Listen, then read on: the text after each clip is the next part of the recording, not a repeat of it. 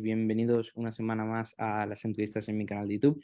Esta semana volvemos a contar con Juan Ramón Rayo, doctor en Economía, doctor honoris causa recientemente por la Universidad Francisco Marroquín, donde también es profesor, profesor del IE y profesor y decano de la Universidad de las Hespérides, un proyecto reciente que va a despegar muy pronto, ¿no es así? Pues Sí, ¿qué tal? ¿Cómo estamos, Edu? Y, efectivamente, empezamos en muy poquitos días las primeras clases, tanto de grado como de máster. Pues muy bien, esta semana he traído a Juana Rayo para que hablemos de su último libro, del Antimars, con los dos volúmenes que tengo por aquí. Y bueno, pues para quien no se lo haya leído todavía, le animo a hacerlo. Y es un libro pues muy bueno, obviamente, con el que se aprende mucho y también con el que se aprende a criticar a Marx. Se aprende mucho de Marx y se aprende a criticarle correctamente. Entonces, esta entrevista quería que virara en torno a típicas críticas que se le puede hacer a Marx y al marxismo, pero que una vez lees los dos volúmenes del anti-Marx, dices, es que esas críticas que muchos podíamos hacer, dentro de los que me incluyo, estaban equivocadas y hay que hacer las críticas mucho más precisas y perfiladas como las que encontramos aquí. Entonces nos ayuda a conocer mejor el marxismo y también a saber criticarlo con propiedad. Entonces, pues una de las primeras críticas, la más común, la primera vez que escuchas hablar del marxismo, probablemente pienses, pero ¿qué sentido tiene esto de la teoría del valor trabajo, ¿no? Esto de por las horas de mi trabajo, cuantas más horas le dedique a la producción de un bien, de una mercancía, más va a valer. Entonces yo le puedo echar horas y horas y días y semanas y meses a pintar un cuadro, por ejemplo, y eso va a hacer que aumente tanto su valor. Esta crítica tendría algo de sentido, Juan. No, es una mala crítica y lo es en dos casos o por dos razones, ¿no? La primera, porque a veces se tiende a equiparar esta crítica con si algo es absolutamente inútil y le dedico mucho trabajo, será muy caro. No, Marx establece desde el principio, desde la primera página del Capital, una condición necesaria para que una mercancía sea mercancía y por tanto pueda tener valor de cambio o precio expresado en términos monetarios, y es que sea útil, que tenga valor de uso. Por tanto, las cosas inútiles, por mucho trabajo, por mucho empeño que les pongas, van a seguir siendo inútiles y no valdrán nada en el mercado, ¿no? La mercancía que hayas producido y que lleves al mercado para ser vendida no se venderá porque nadie la querrá comprar. Pero en segundo lugar, dentro de las cosas útiles, dentro de las cosas útiles que producimos y llevamos al mercado, mercancías, más tiempo de trabajo individual significa precio más elevado, precio de equilibrio más elevado de esa mercancía. Tampoco, porque cuando Marx habla de tiempo de trabajo, habla de tiempo de trabajo socialmente necesario. Es decir, de si en esa sociedad producir en términos promedio esa mercancía cuesta más o cuesta menos. Y el precio viene determinado por ese tiempo medio de producción dentro de la sociedad, no por el tiempo que tarde yo o tarde el otro como individuos en producirla. Si yo produzco esa mercancía en menos tiempo, el tiempo promedio socialmente necesario para producirla, yo la venderé igualmente como si hubiese tardado lo que se tarda en promedio en la sociedad. Por tanto, trabajando menos, cobraré más de lo que he trabajado, por decirlo de alguna manera. Y al revés, si yo tardo mucho más en producirla con respecto al promedio, pues ese tiempo extra que individualmente he dedicado a producirla, como es tiempo socialmente innecesario para fabricarla, no se me pagará, no habrá una reciprocidad en términos de valor durante el intercambio mercantil. Por tanto, Marx al final, de alguna manera, lo que estaba diciendo es que el precio de equilibrio de las mercancías estaba muy influido por la productividad laboral dentro de esa sociedad. Si la productividad aumentaba, el coste promedio de producir las mercancías bajaba y por tanto su precio, y si la productividad bajaba, el coste promedio aumentaba y por tanto su precio también. No obstante, has mencionado un caso que es un caso yo creo que interesante para reflexionar sobre él, que es el caso de un cuadro, y podemos pensar de un cuadro no reproducible, ¿no? Del cuadro de un pintor famoso. Este tipo de mercancías o de bienes, Marx los excluye de su teoría del valor.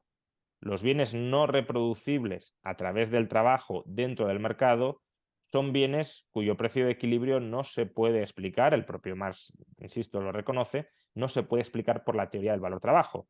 ¿Por qué? Pues porque si yo produzco un cuadro único, una pieza única y la llevo al mercado, la puedo vender o la puedo intentar vender al precio que yo quiera.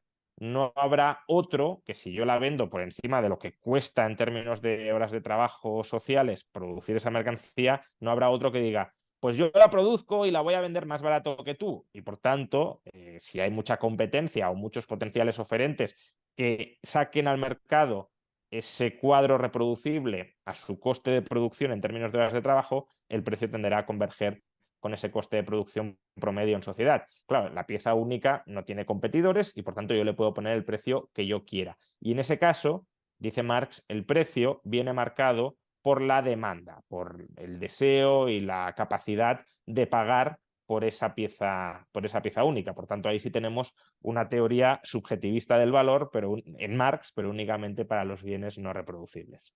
Ujú, ujú. Entonces, de lo que has explicado, me han surgido dos dudas. Lo primero es que dices que para que algo tenga valor de cambio necesita valor y valor de uso. ¿Esto no puede ser una manera de meter el subjetivismo por la puerta trasera? A ver, sí y no. Es decir, Marx, como he dicho, considera que para que algo tenga valor de cambio, en términos monetarios hablaríamos de precio, de forma precio del valor. El valor es el tiempo de trabajo socialmente necesario para producir esa mercancía.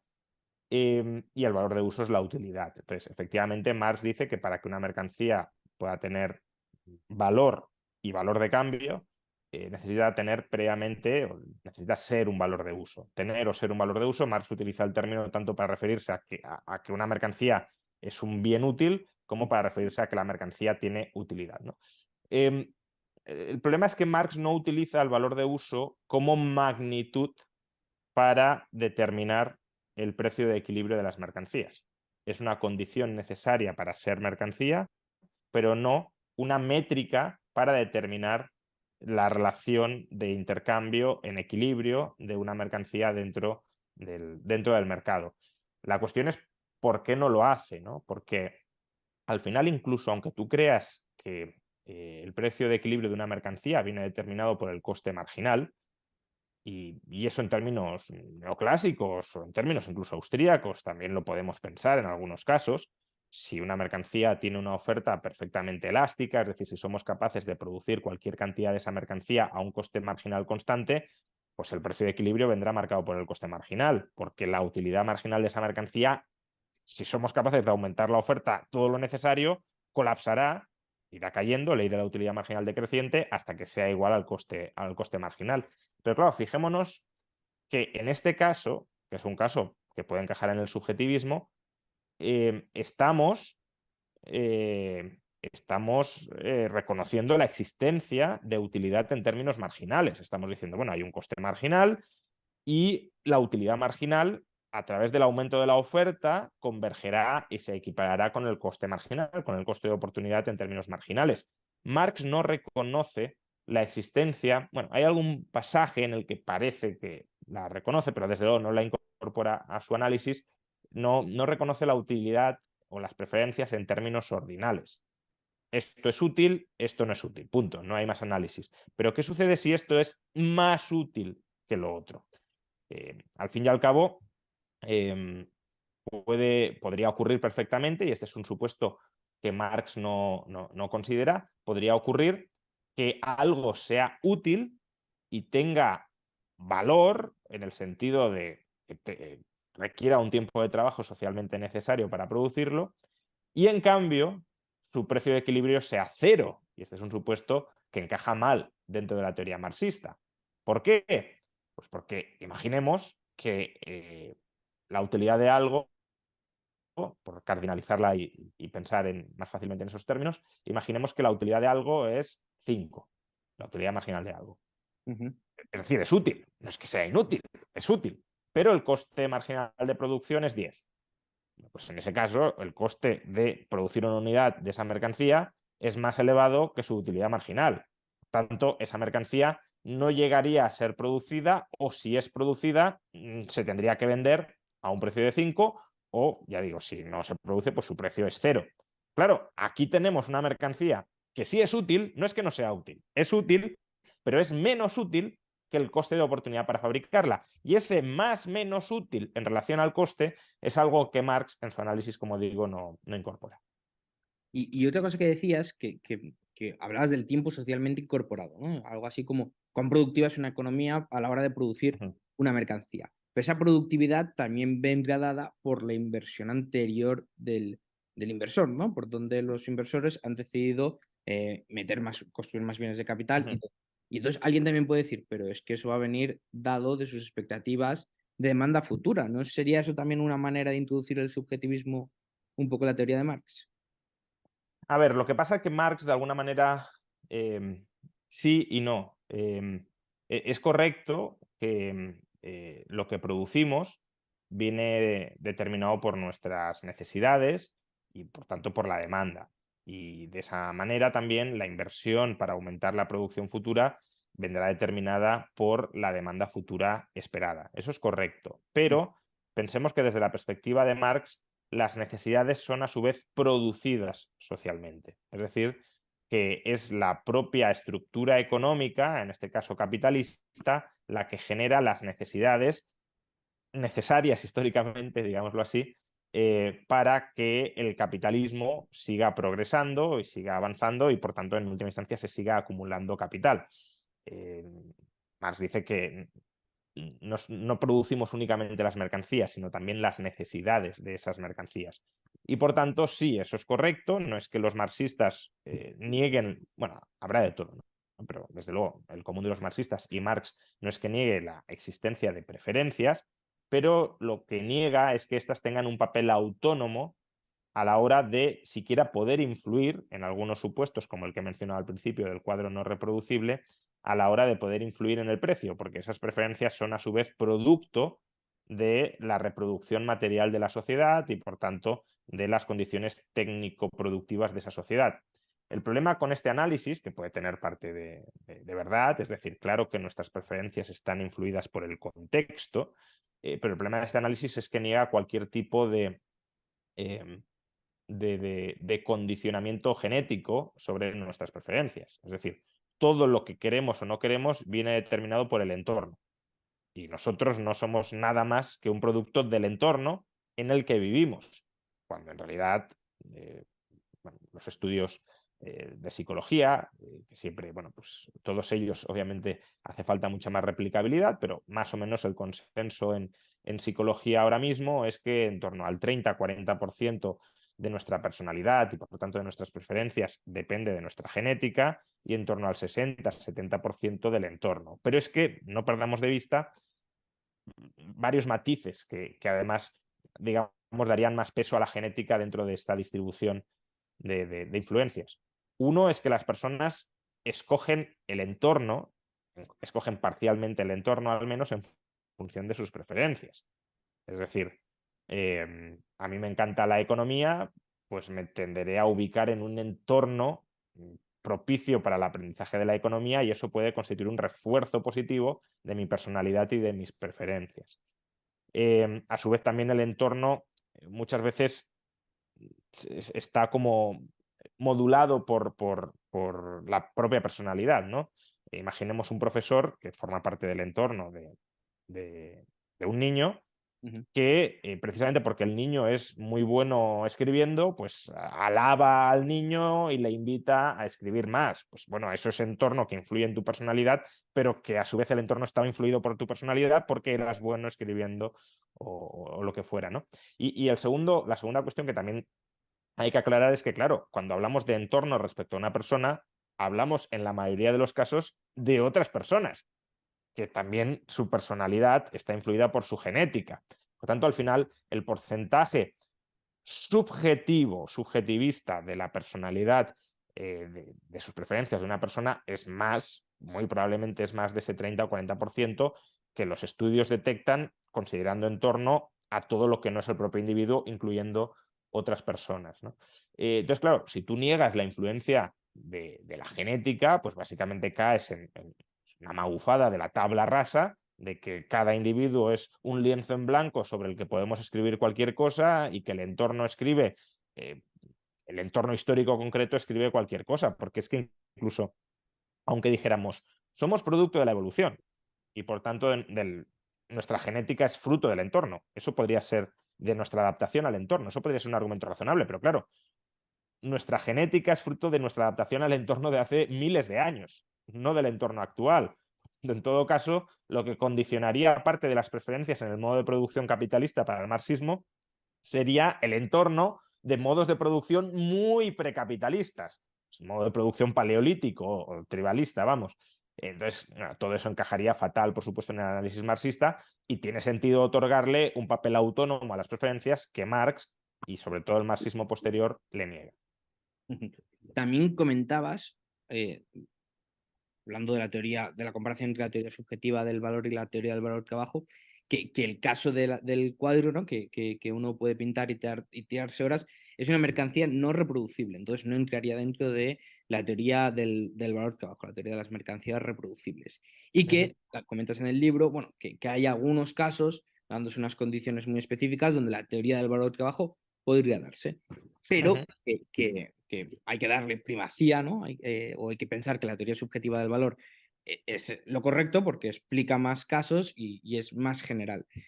Pero ¿cómo es esto? Esto es una pregunta más de filosofía de la ciencia. ¿Cómo es este choque de teorías? ¿La que es más general suele ser la correcta o la que engloba más casos englobando el caso en común? ¿O cómo se puede decir, vale, porque sea más general es correcta? O sea, yo diría que si el potencial explicativo es igual o superior, entonces obviamente la que tiene más potencial explicativo es más correcta que la que tiene menor potencial explicativo. Es decir, si la teoría del valor subjetivo puede explicar todo lo que explica la teoría del valor trabajo y muchas otras cosas que no explica la teoría del valor trabajo, por ejemplo, el caso de los bienes no reproducibles, pues entonces la teoría del valor subjetivo, ya digo, si es correcta en el sentido de que sus explicaciones son correctas, pues será más general y más generalmente correcta, y en ese sentido será preferible la teoría del valor trabajo. Yo sinceramente creo que todo lo que pretende explicar la teoría del valor trabajo tiene encaje en determinados supuestos de la teoría del valor subjetivo, ya lo hemos mencionado antes, si estamos ante un bien reproducible con un coste marginal de producción constante, es decir, con economías constantes a escala, que además todos sus factores productivos son también de carácter, o sea, si es además una mercancía no duradera, no lo hemos mencionado, porque si es una mercancía duradera ya no tiene por qué ser explicado su precio a través de la teoría del valor trabajo.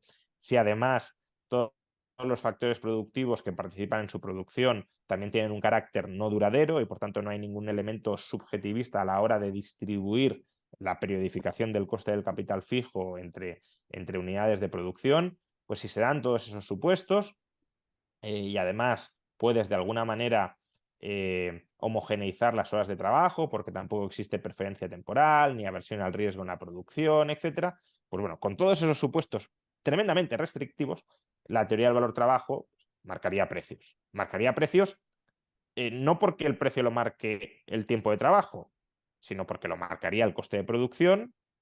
En la medida en que el coste de producción es constante, el aumento de la oferta sería suficiente como para que la utilidad marginal pasivamente se equiparara con el coste de producción y porque además podemos reducir o podríamos reducir ese coste de producción a una métrica en términos de horas de trabajo.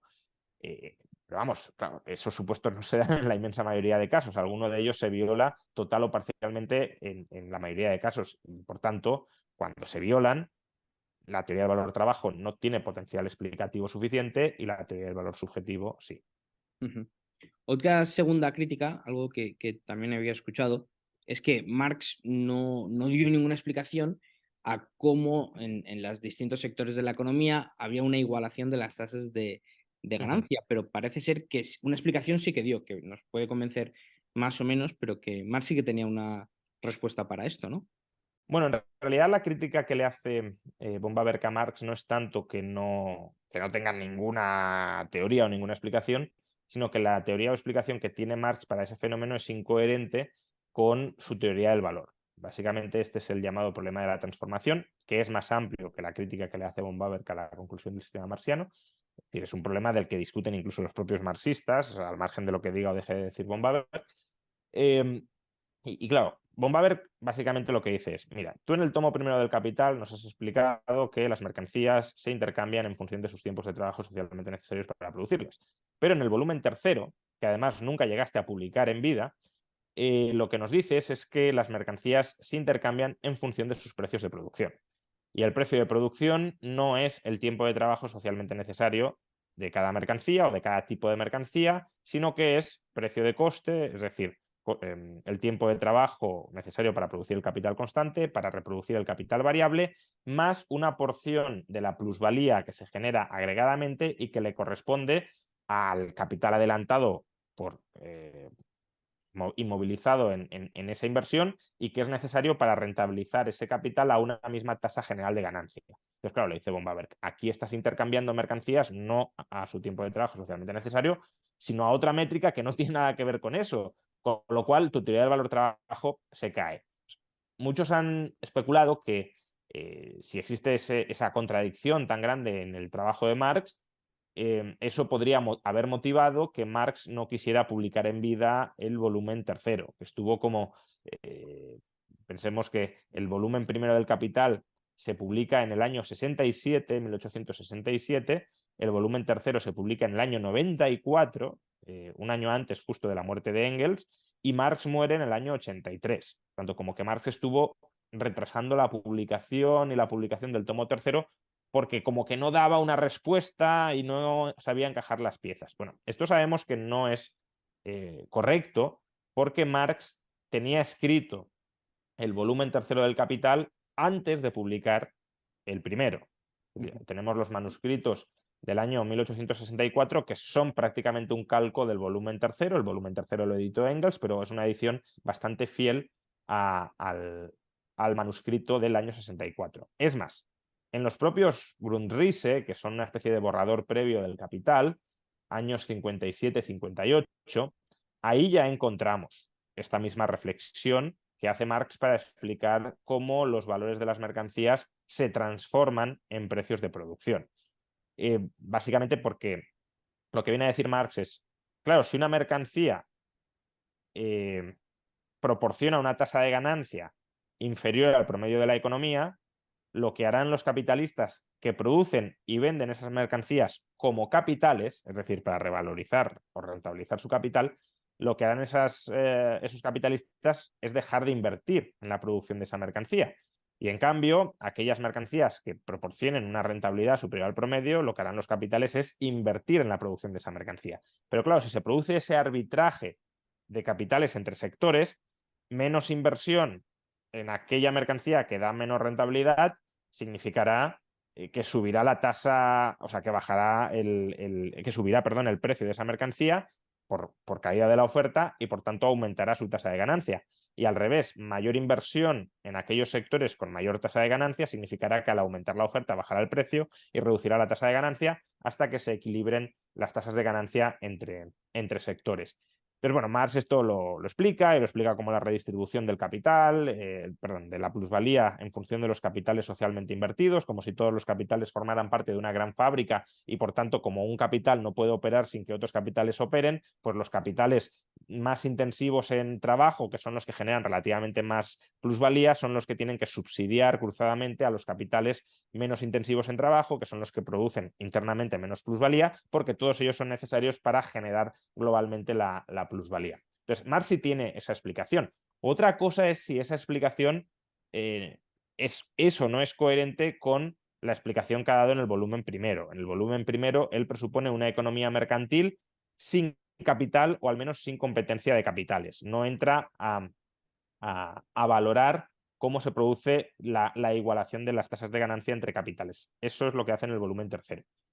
Yo sí creo que hay una crítica legítima en el sentido de que no es una explicación del todo coherente con el fundamento de la teoría del valor trabajo. Es una explicación que, bueno, podemos decir que no es absolutamente incoherente o incompatible con la teoría del valor trabajo, pero desde luego chirría. Chirría en la medida en que estás forzando que en última instancia los intercambios se materialicen por parámetros que no son específicamente el tiempo de trabajo socialmente necesario para fabricar cada mercancía, aunque puedas decir que en la globalidad de la economía así es. Pero es que en la globalidad de la economía, como lo reprocha von Baber, también puedes decir que las mercancías se intercambian en función del volumen, porque si tú habrá mercancías que se intercambien por encima del volumen promedio y habrá mercancías que se intercambien por debajo del volumen promedio y en el agregado las diferencias serán cero. Otra cuestión es que los marxistas en esto tienen razón. No tiene ningún tipo de relevancia social intercambiar las mercancías en función de su volumen. Sí puede tener cierta lógica social intercambiar las mercancías en función del tiempo de trabajo socialmente necesario, porque el factor trabajo es un factor necesario para fabricar esas mercancías y lo que hacemos en última instancia en una economía de mercado es dividir el trabajo social, el trabajo del conjunto de la sociedad, en fracciones separadas, trabajo privado, y lo que hace el mercado es poner en equivalencia todos esos trabajos privados como si fueran sociales. Bueno, pero aún así sí existe, creo yo, un problema de coherencia y en cualquier caso, prácticamente todas las críticas, que esto lo intento hacer en el libro, que se le pueden formular a la teoría del valor trabajo, al intercambio de mercancías según sus valores, se le pueden efectuar también a esta teoría del valor trabajo modificada en forma de precios de producción y además otras críticas nuevas, porque si aquí ya empezamos a incorporar la rentabilidad entre sectores o el interés promedio de cada sector, pues ya tenemos otro elemento subjetivista, el interés o la rentabilidad en equilibrio, que depende en parte, como digo, de factores subjetivos, preferencia temporal y aversión al riesgo, que condiciona los precios de equilibrio de las mercancías al margen del tiempo de trabajo socialmente necesario para producirlas. Ahora que mencionas el tipo de interés, esto me parecía muy curioso. ¿Qué es el tipo de interés para Marx? Bueno, a ver, técnicamente para Marx el tipo de interés es el precio de convertir el capital en una mercancía. Él dice que las mercancías se convierten en capitales, pero que con el caso del interés el capital se convierte en una mercancía, porque transamos capital. Vendemos el poder de disposición temporal del capital para explotar mano de obra a través de ese capital que hemos prestado. Entonces, el precio de ese préstamo de capital, de esa venta temporal del capital como mercancía, sería el interés. Pero claro, Marx dice que este interés es un precio irracional. ¿Irracional en qué sentido? En que no hay un tipo de interés de equilibrio determinado por el tiempo de trabajo socialmente necesario para producirlo. Como él cree que los precios son una manifestación en última instancia del valor y el valor es tiempo de trabajo socialmente necesario, claro, el precio de vender el capital, el capital no tiene en ese sentido, o el préstamo temporal de capital no tiene un tiempo de trabajo socialmente necesario y por tanto el interés es una forma irracional del precio, como puede serlo, por ejemplo, para Marx, la venta del honor. Marx reconoce que el honor o no hacer algo es algo que puedes vender como mercancía o que puede adoptar la forma de mercancía y su precio pues será un precio irracional porque no tendrá base en el valor. Pero bueno, creo que aquí de nuevo Marx comete otro error fundamental porque sí es posible, primero, alcanzar un equilibrio, aunque ese equilibrio no tenga ninguna base en el tiempo de trabajo socialmente necesario. Esto en el libro lo reflejo con un experimento muy famoso de Bertrand Smith en el año 56, que muestra cómo es posible alcanzar un precio de equilibrio en el mercado entre oferentes y demandantes simplemente con escribiéndoles en un trozo de papel su predisposición al pago y su exigencia mínima de cobro en función pues, de lo que sea, no necesariamente del tiempo de trabajo. Entonces, en ese experimento hay precio de equilibrio sin tiempo de trabajo socialmente necesario de nada, porque además es una mercancía que puede ser ficticia, por tanto no tener base material alguna. Y con el interés lo mismo. Tenemos una demanda de capital, tenemos una oferta de capital, la oferta de capital está determinada por factores subjetivos como la preferencia temporal o la aversión al riesgo, la demanda de capital está determinado, entre otros factores, por lo que decías, por las expectativas de ganancia. Las expectativas también son una forma de subjetivizar ya no solo el objeto, ¿no? Que es la demanda futura, que es subjetiva, sino también que es el filtro subjetivo del empresario a la hora de analizar eso, lo que determina la magnitud de demanda de capital. Y en función de esa oferta y de esa demanda tenemos un precio de equilibrio, que es el tipo de interés que vacía el mercado y que como tipo de interés autónomamente determinado también es un factor que a su vez determina los precios y la organización productiva, porque pues, es un tipo de interés más alto, menor duración de las inversiones, quizá menor productividad de las inversiones y, por tanto, por ejemplo, más tiempo de trabajo socialmente necesario por menor productividad. En cambio, un tipo de interés más bajo, mayor duración de las inversiones, previsiblemente, en muchos casos, mayor productividad de esas inversiones y, por tanto, menor precio, dado que el tiempo de trabajo socialmente necesario es menor. Es decir, incluso aunque uno se crea la historia, la narrativa de la teoría del valor-trabajo, de que los precios dependen del tiempo de trabajo socialmente necesario, una crítica bastante recurrente que le intento hacer a Marx en el libro es mostrar cómo el tiempo de trabajo depende de decisiones o de factores subjetivos, porque depende de la organización económica, no sé, economías crecientes de escala, economías decrecientes de escala.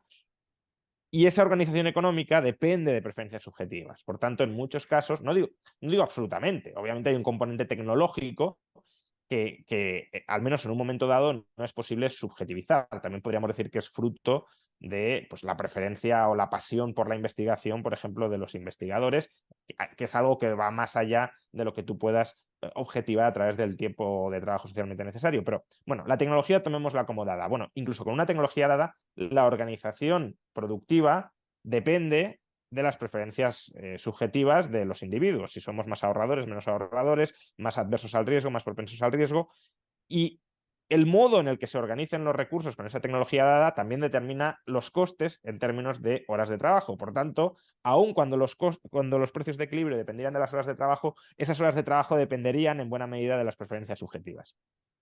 Como pasaba un poco más o menos con la industria que comentábamos antes, con dónde se ha invertido y dónde la gente puede ser más productiva, ¿no? Es una manera de meter el subjetivismo por la puerta trasera, pero es algo que de la que... Claro, pero si la productividad de todas las industrias fuera la misma, ahí sí que tendría razón Marx en decir, bueno, pues las preferencias determinan qué producimos y qué no producimos, pero el precio de equilibrio de lo que producimos no guarda relación con las preferencias. Porque si producimos A porque queremos A, pues el coste será 1. Pero es que si producimos B, el coste en términos de horas de trabajo será el mismo, solo cambiará lo que hemos producido. Pero si la productividad por sector no es la misma, o si la productividad dentro de cada sector depende pues, de nuestra preferencia temporal y de nuestra aversión al riesgo, pues ya no puedes decir que el coste en términos de horas de trabajo es independiente de las preferencias, porque está en parte determinado por las mismas.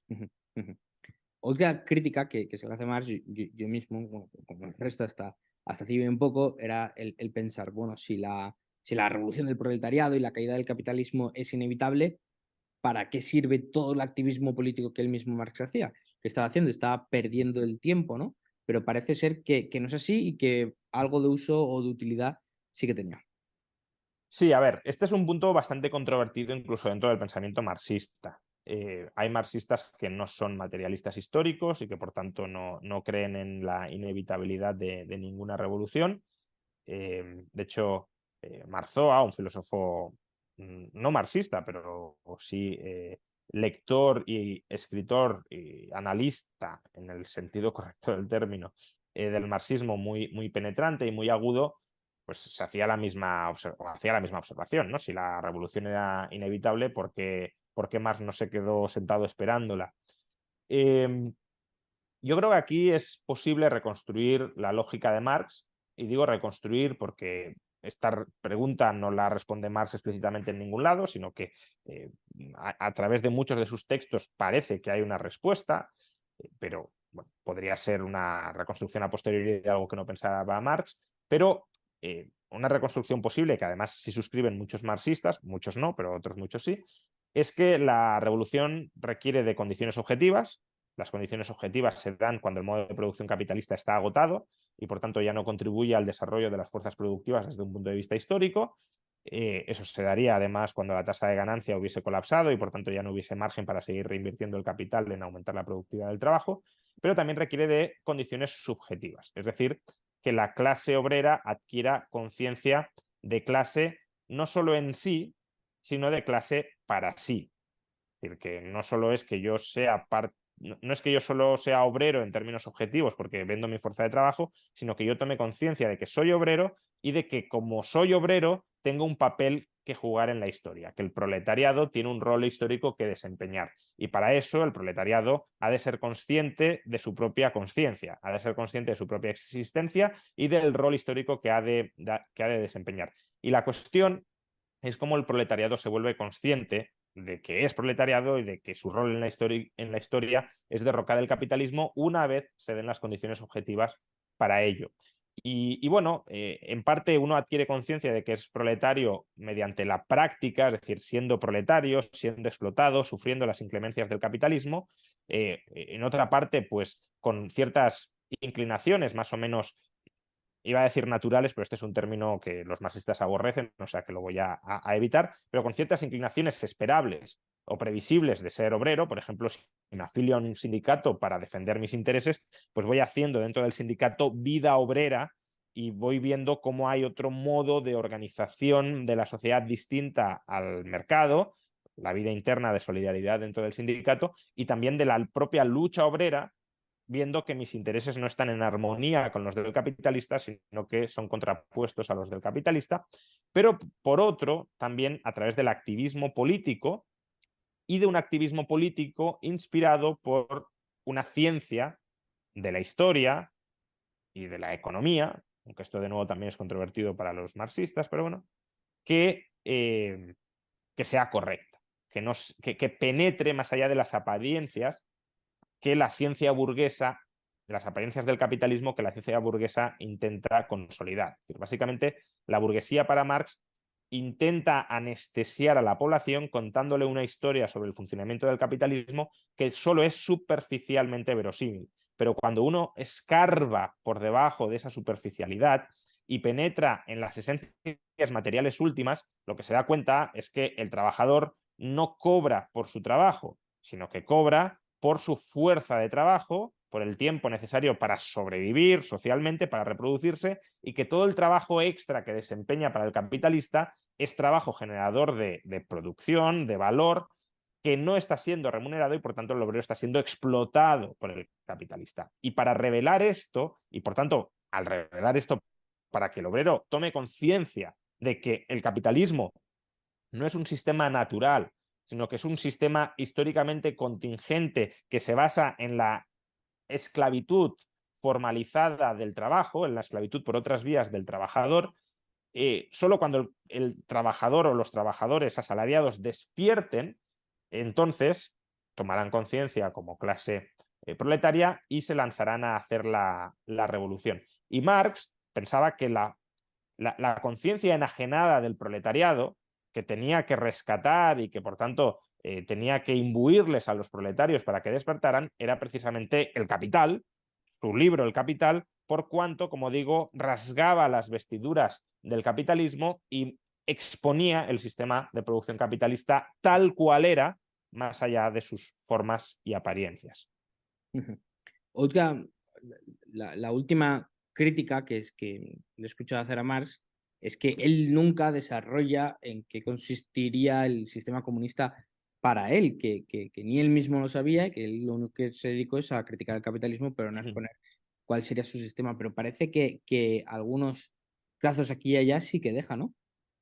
Sí, a ver, yo el capítulo séptimo de Anti-Marx, que es el último del libro, como ya has dicho, el primer volumen es una exposición del marxismo, del pensamiento de Marx sin mayor valoración personal y sin crítica, y el segundo tomo, que es el más extenso, aunque el primero también es bastante extenso, pero el segundo sobre todo es el más extenso, ahí sí que critico con toda la dureza de la que creo merece Marx su pensamiento.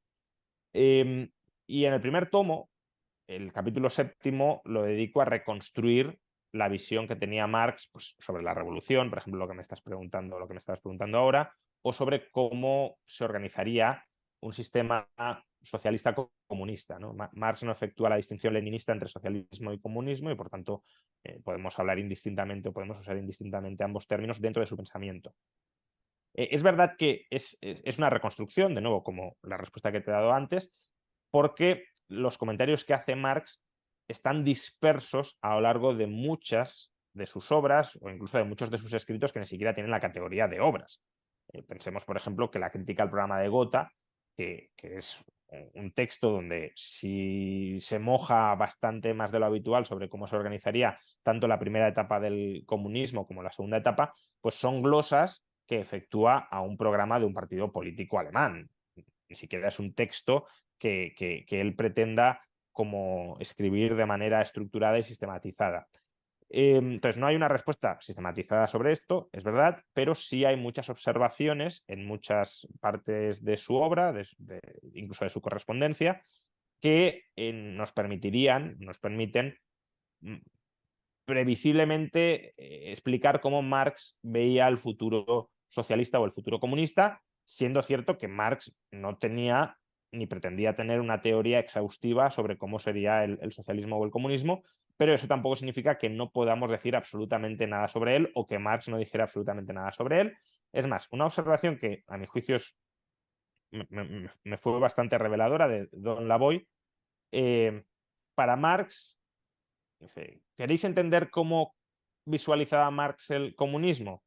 Pues coged el capitalismo o coged los defectos del capitalismo y todo lo opuesto. Y esto es cierto, ¿no? Es decir, para Marx el capitalismo pues, pondrá fin a la alienación, pondrá fin a la explotación, pondrá fin a la división entre clases sociales, pondrá fin a la mercantilización y al fenómeno del fetichismo de la mercancía, pondrá fin a la propiedad privada sobre los medios de producción, eso también conviene aclararlo, pondrá fin a la división forzada, digámoslo así, del trabajo, pondrá fin incluso al trabajo como tal, al trabajo como carga para sobrevivir, en lugar de como ejercicio de práctica laboral de transformación de tu entorno para humanizar ese entorno y para verte reflejado en él. Bueno, lo contrario a esto es justamente la alienación, que es lo que estaba describiendo, que es lo que ya he dicho antes, que el comunismo pondría fin, ¿no? Pondría fin incluso a la individualidad, aunque esto también es controvertido, porque más decía que en el comunismo se daría la verdadera individualidad, pero individualidad en armonía con el conjunto, viéndote a ti mismo como una parte cuyas preferencias son preferencias dirigidas a mejorar la sociedad, no preferencias egoístas, y viéndote a ti mismo como una parte separada del resto, que eso es justamente lo que el derecho burgués decía Marx hacía, ¿no? Derecho de no interferencia, que los demás no se puedan meter en tu vida. ¿Cómo que no? Si tu vida está entrelazada con la de los demás, por tanto, tú has de vivir tu vida junto con la de los demás.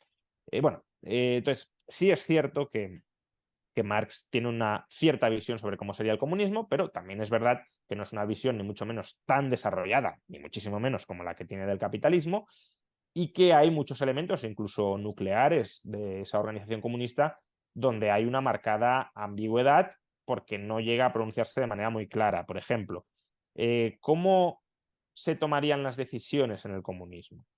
Parece ser que Marx es un demócrata radical en el sentido de que él cree que todos los miembros de la comuna, una comuna, por cierto, que parece ser, de nuevo, esta también es una ambigüedad, pero que parece ser tendría un ámbito mundial para Marx, porque él mismo dice que con el comunismo se acabarían las razas, las nacionalidades, las diferencias de culturas y al final tendríamos una comuna global.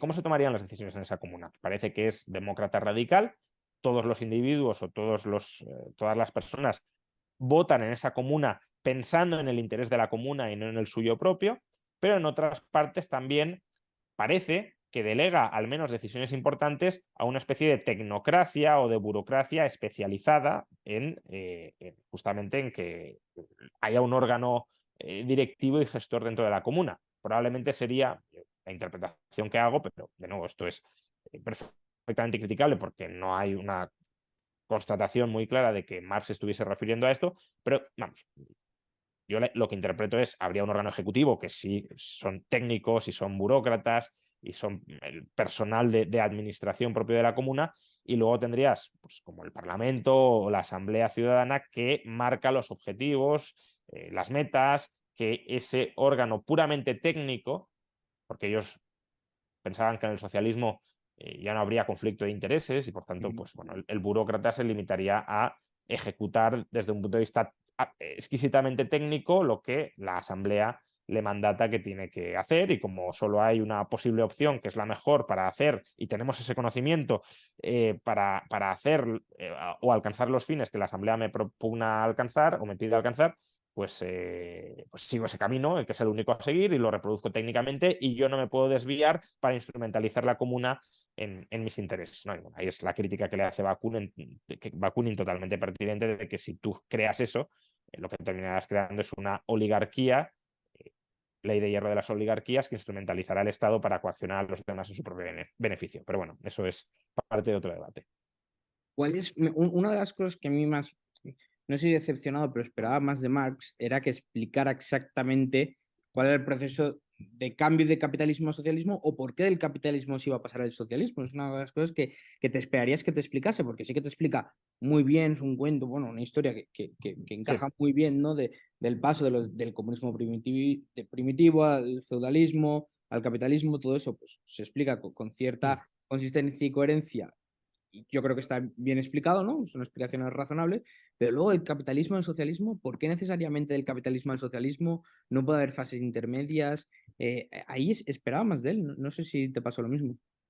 Sí, o sea, a ver, sí hay una cierta explicación, y es que en el capitalismo se sofistican tanto las fuerzas productivas que ya alcanzamos un grado de productividad capaz de eliminar, si lo queremos, los conflictos sociales derivados de la escasez. Ujú, Y cuando no existen conflictos sociales derivados de la escasez, y además, eh, digamos, para manejar ese conocimiento y esas fuerzas productivas que tienen un carácter tan sumamente social, ¿no? Porque lo que dice Marx es que el capitalismo va socializando las fuerzas productivas, porque cada vez más todos dependemos de todos, y además, conforme se centralizan los capitales en empresas de mayor tamaño, pues cada vez más los trabajadores dependen de un único jefe.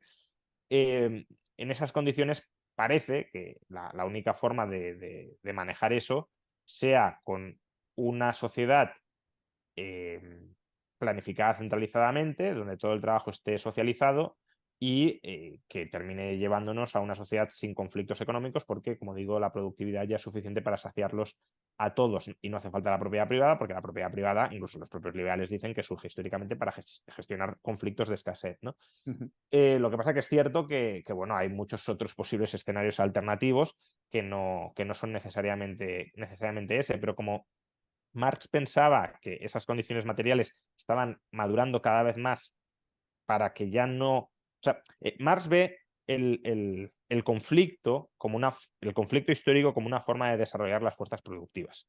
Entonces, claro, cuando ya las fuerzas productivas han terminado de desarrollarse, el conflicto, que era históricamente el motor de ese desarrollo, deja de tener sentido. ¿Y cómo deja de tener sentido? O sea, ¿y cuál es la expresión de que el conflicto ya no existe o deja de tener sentido? Pues una sociedad donde estamos todos o formamos todos parte de una misma comuna, con armonía de intereses, y dirigiéndonos en una misma dirección conjunta. Es decir, para Marx el fin de la historia era el comunismo, tenía que ser el comunismo, y es cierto que podría decir, bueno, pero aunque el fin de la historia sea el comunismo, podría haber alguna etapa intermedia entre el capitalismo y el comunismo. Pero si ya el capitalismo ya es una fase de la historia donde las fuerzas productivas prácticamente ya se han terminado de desarrollar, pues es que ya te tiene que llegar el comunismo porque sí, ¿no? Esa es un poco la visión que tenía él. ¿Estás de acuerdo con Engels que la mayor aportación de Marx fue la de separar el concepto de trabajo con fuerza de trabajo como mercancía, la cual se remuneraría por debajo del valor del trabajo y eso daría lugar a la plusvalía? Bueno, Engels dice eso porque la teoría del valor trabajo no es de Marx. Ujú, ujú. La teoría del valor trabajo es de Ricardo. Es verdad que Marx le da otra pátina y la explica, o sea, la inserta dentro de un sistema filosófico y de comprensión del capitalismo mucho más amplio que el de Ricardo, que era una explicación meramente técnica, prácticamente, si lo quieres. Pero claro, por qué la aportación de Marx para Engels es esa y es tan importante? Porque sin distinguir entre trabajo y fuerza de trabajo, no puedes hablar de la plusvalía. No puedes hablar de la plusvalía como una apropiación del tiempo de trabajo del obrero. Y claro, es cierto que la plusvalía es un concepto central, claro está, en la obra de Marx, y no es posible llegar a él sin esa distinción original y que no haberla hecho, pues a lo mejor impidió a otros autores dentro de la tradición de la teoría del valor-trabajo no alcanzar un concepto similar de plusvalía o de explotación. No obstante, respecto a esto, sí quería añadir algo, y es que, bueno, de la misma manera que Engels cree que en la obra de Marx hay aportaciones importantes, yo también creo que en mi crítica a Marx hay alguna idea que sí que es importante o que sí es central dentro de todo el libro, y una de ellas, si me dijeras las 2 o 3 ideas más importantes del libro, pues una de ellas, desde luego, sería eh, refutar la idea de que incluso desde un punto de vista material, el trabajo es en última instancia el único factor productivo social, porque la naturaleza para Marx también es un factor productivo, pero no de carácter social, claro, nos viene dada, y la transformamos a través del trabajo, el único factor productivo social que existe. Yo en el libro explico que también el tiempo, la espera y el riesgo, incluso la información, son factores productivos que no son, o sea, que aunque en muchos casos se expresan a través del trabajo, son separables del trabajo. Un trabajador puede trabajar sin esperar, un trabajador puede trabajar sin asumir riesgos, un trabajador puede trabajar sin tener él la información necesaria para desempeñar ese trabajo o la información de por qué tiene que desempeñar ese trabajo y no otro distinto. Y en la medida en que la espera puede aumentar la productividad, en la medida en que la asunción de riesgos puede aumentar la productividad, en la medida en que la información puede aumentar la productividad, también son factores productivos que necesariamente han de estar presentes en todos los procesos de producción, porque esta es otra de las cosas que Marx dice con cierto interés, ¿no? O que tiene cierto interés en lo que dice, o te puede hacer reflexionar. Organices como organices la sociedad, sea cual sea la estructura económica de la sociedad, el único factor productivo que está presente en cualquier tipo de sociedad y en cualquier forma de organizar la sociedad es el trabajo. El capital puede ser la forma que adopten determinadas relaciones entre trabajadores o entre trabajadores y no trabajadores, relaciones de explotación dentro del capitalismo, pero no hay capital en el feudalismo o en el esclavismo. El trabajo sí está presente en todos ellos. Por tanto, es el único factor que sí o sí ha de estar presente en todo proceso material de producción. Y yo lo que digo es no. También el tiempo tiene que estar presente en todo el proceso material de producción. No es posible producir sin tiempo y es posible producir con más o con menos tiempo. También la asunción de riesgos ha de estar presente en todo el proceso de producción. No existen procesos de producción sin riesgo y aunque existieran procesos de producción con muy poco riesgo, puede haber procesos de producción con más riesgo y ese mayor riesgo puede estar vinculado a una mayor producción final. Y de nuevo, no existen procesos de producción sin información. Si tú produces cualquier cosa por producir, sin ningún tipo de información, ahí no estás generando valores de uso, salvo por casualidad y de manera aleatoria.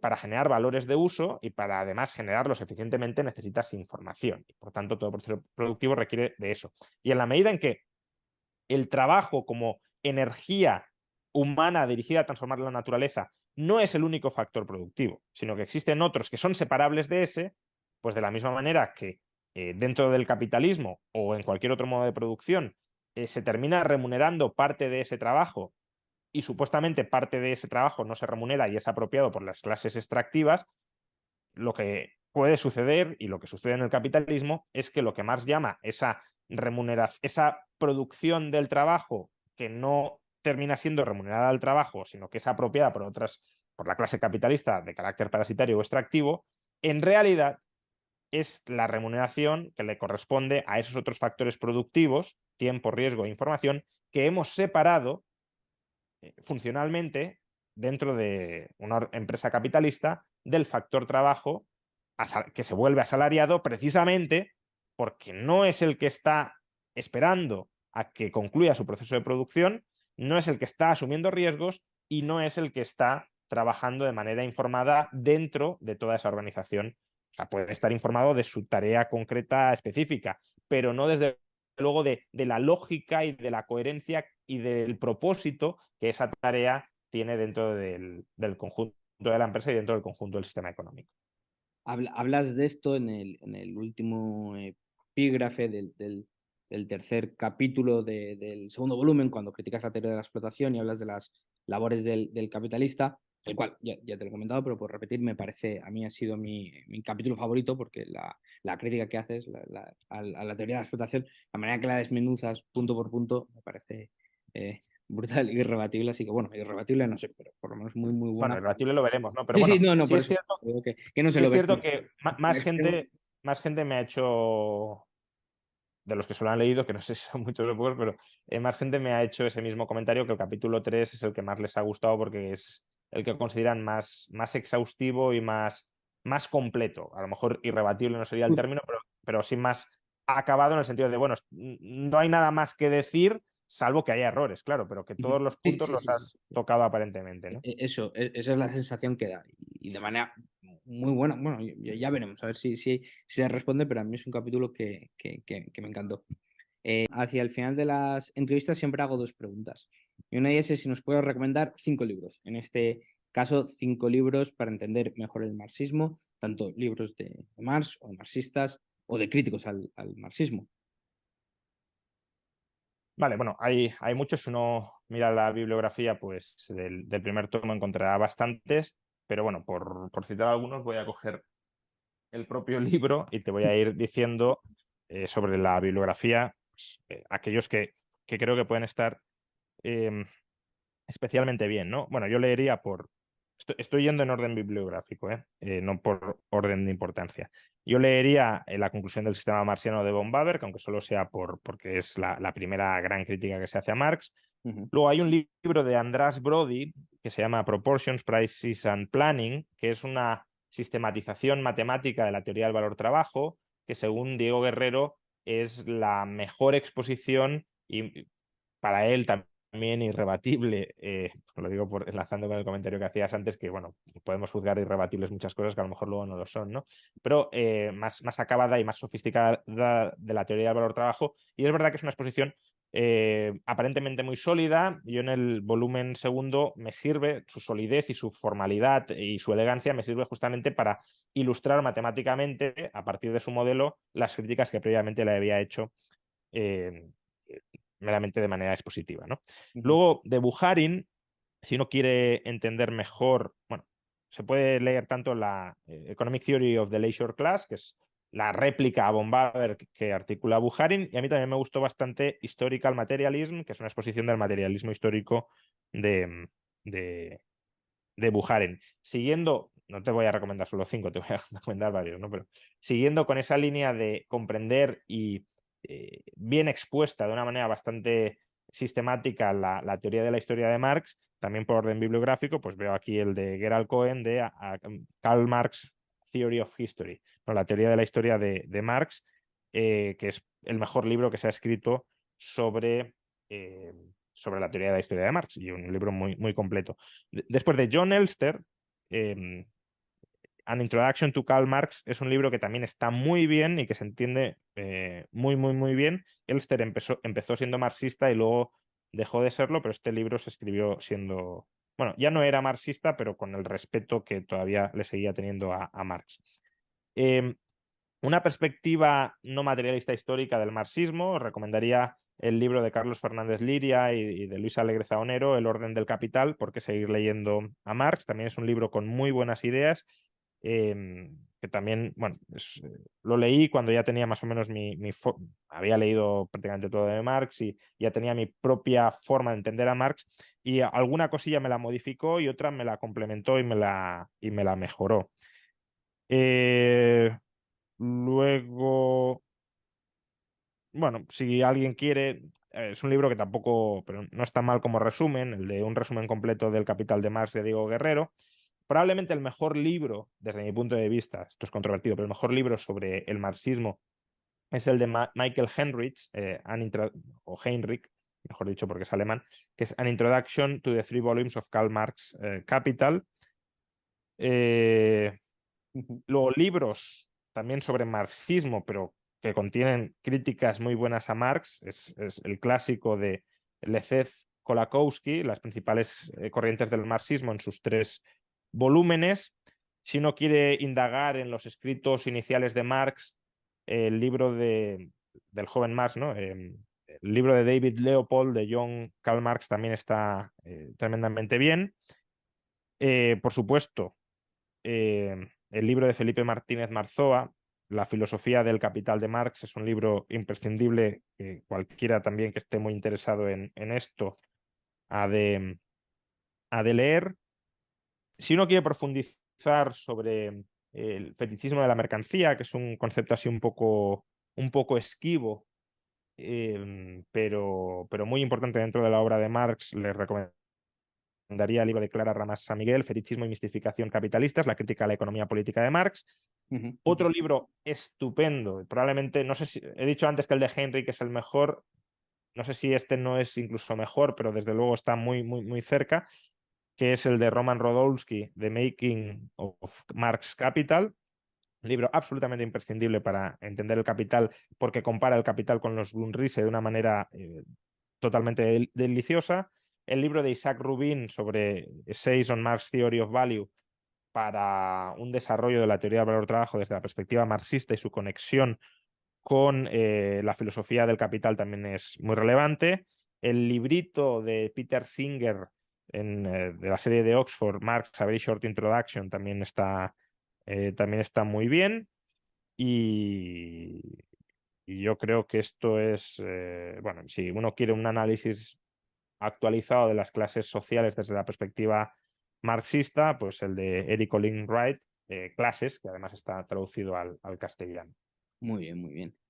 Y si pudieras tener una conversación con cualquier persona del mundo, pensando que la primera vez dijiste es con Menger y no puedes repetir, viva o muerta, ¿con quién sería?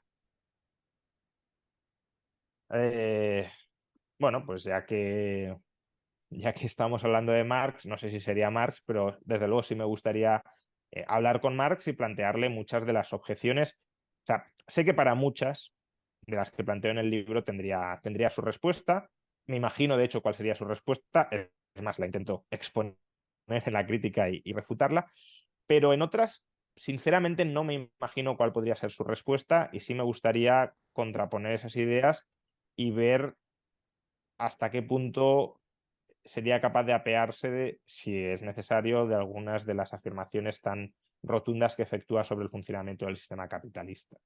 Eh, Eso sí me gustaría, no sé si sería una de mis prioridades, pero bueno, desde luego después de escribir este libro y de leer tanto sobre Marx, sí tiene su relevancia intelectual para mí, claro. Muy bien, muy bien. Bueno, pues si la gente quiere saber más de ti, leerte más, escribirte, escucharte más, bueno, que sepan que tienen tu canal de YouTube, un gran canal, donde hace poco llegaste al 500.000, enhorabuena. Luego también tu cuenta de Twitter, ¿no? Juan Rayo, Instagram Juan Rayo y Substack, que... Instagram es Juan Ramón Rayo, pero bueno, lo Instagram encontrarán Juan fácil Ramón, también. Sí. vale. Y Substack también, ¿no? Utilidad marginal. O Juan Ramón Rayo, utilidad marginal. Substack, utilidad marginal, no publico mucho, pero bueno, voy publicando de vez en cuando algunas cosillas. Sí, Bueno, conforme ganes seguidores, te animas a ir publicando cada vez más. sí, bueno, lo que pasa que al final, como el tiempo que tengo, que no es mucho, lo estoy dedicando a escribir libros, lo que hago en el Substack es algunas reflexiones que considero interesantes del libro, volcarlas previamente ahí también para recibir feedback y ver si voy en buena dirección o no, claro. Ujú, ujú. Pues nada, muchas gracias Juan y espero que vuelvas pronto al canal. Bueno, seguro. Ah, Cuando el otro día estuve en el canal de Dani Fernández por llegar a los 10.000 seguidores, cuando llegues a los 10.000 nos volvemos a ver. vamos. Esperemos que sea también antes, pero a los 10.000 también. No, esperemos que sea pronto, esperemos que sea muy Sí, pronto. sí, sí, sí, sí. Que acabo de llegar a los 1.000 y pocos. Bueno, pues eso es cuestión de acelerar el ritmo, bueno, o de mantener el ritmo, pero claro, sobre una base cada vez mayor, pues más seguidores absolutos cada vez. Pues nada, muchas gracias. Adiós. Un abrazo, gracias.